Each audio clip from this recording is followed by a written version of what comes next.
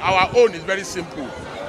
Why should children, why should small children, why should they spend 93 days in police custody when they should be in school?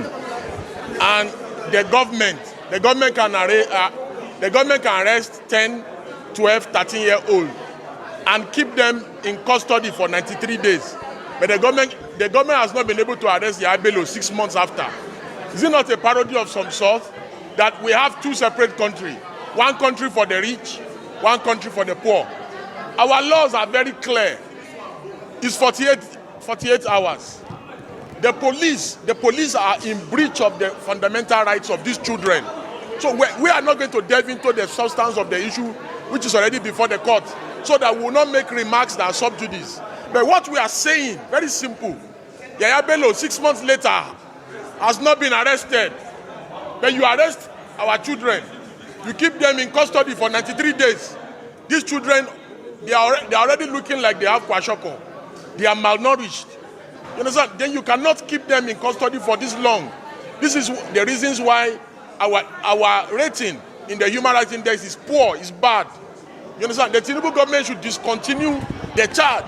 We make a passionate appeal to the AGF, Baba Lateef Fagbemi, that he should discontinue the charge. He should take over the matter and discontinue against these children, so that the children can return back to school. And the Attorney General of the Federation has the inherent powers to take over this matter under Section 174 of the Constitution, that Baba Lateef Fagbemi should take over this matter and discontinue the charge against the children. I cried in open court because of this grave injustice that has been done to these kids. Talk, you die. If you don't talk, you die. So we'll talk and die. Give clarify what happened. Generally, while we were in court this morning, and shortly before the plea of the defendants, mainly underage children could be taken. Some of them who were looking quite malnourished, who were looking quite very sick, started snapping in court before the Honorable Justice Egwuatu. Justice Egwuatu, upon seeing the fainting of these young persons of school age, had to had to stand down proceedings abruptly. We had to rush some of these young children to the clinic within the facility of the court for them to be resuscitated.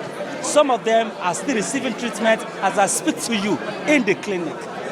These young persons has been arrested since the 2nd day of August 2024. Over 3 months, they've been left without clothing, without housing, without proper care.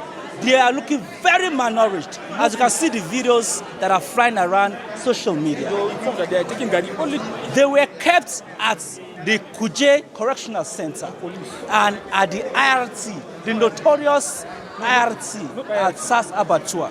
IRT now, that is where they are kept. At SAS Abattoir.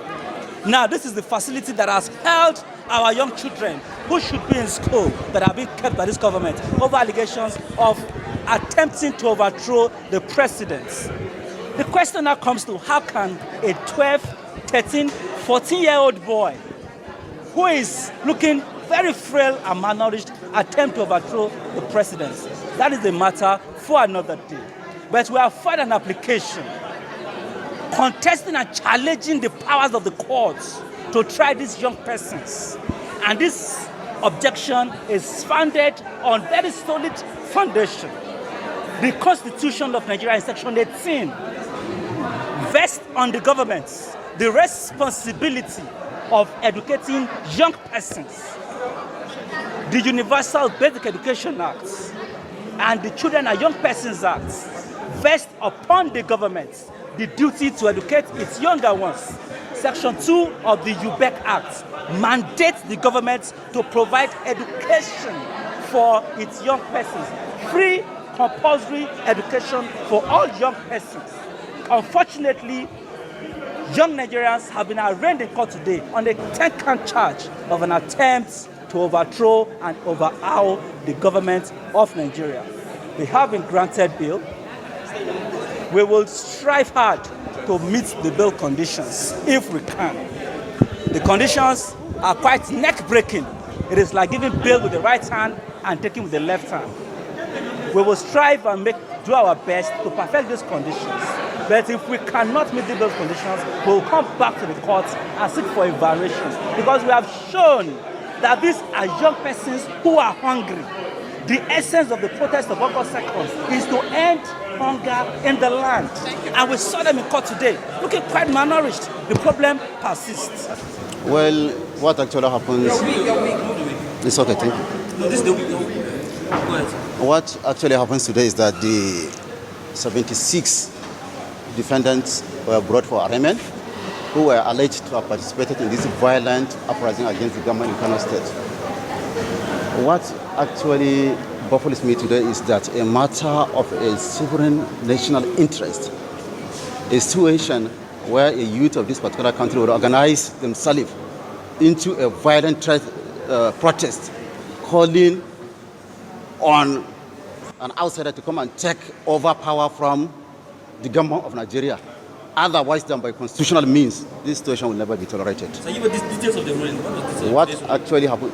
The details of the ruling is that the matter has been adjourned to January 24 for the substantive hearing of the matter so far, and the court has graciously granted a bail on a very, very stringent conditions, which they are to be remanded in Kuje correctional centers, while others are to be remanded in the Boston training, pending the hearing of the substantive charge.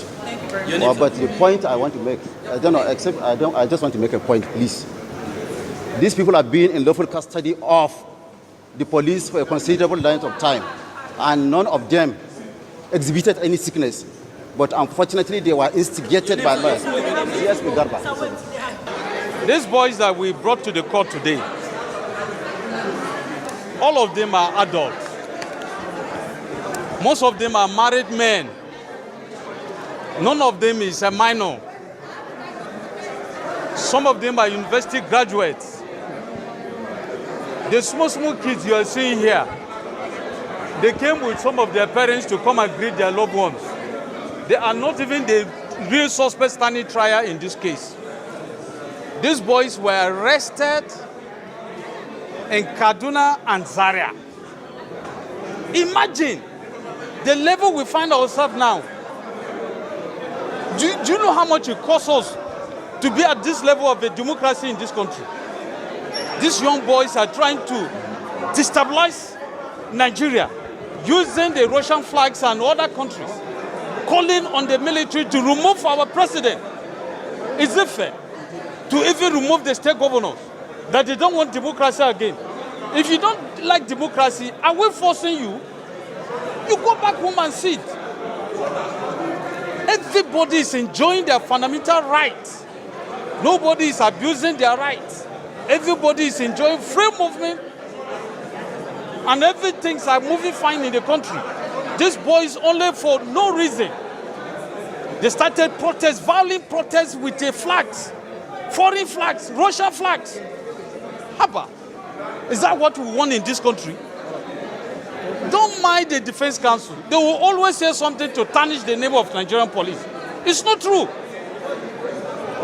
In my own case, we filed charge against 43 defendants, and all of them were produced to the court today. All of them are adults. Forget about what they are telling you, that they are small children, this and that. Ask the Defense Council, do they truly know the suspect they defended? I want to understand something. The first set that were arraigned this morning, that were granted I am not in that first case. My case is the second case. My case is the suspect, the defendants there are 43. So don't ask me about any case that I'm not involved. My name, I am M0cks Ezekiel. I'm the Chief Superintendent of Police.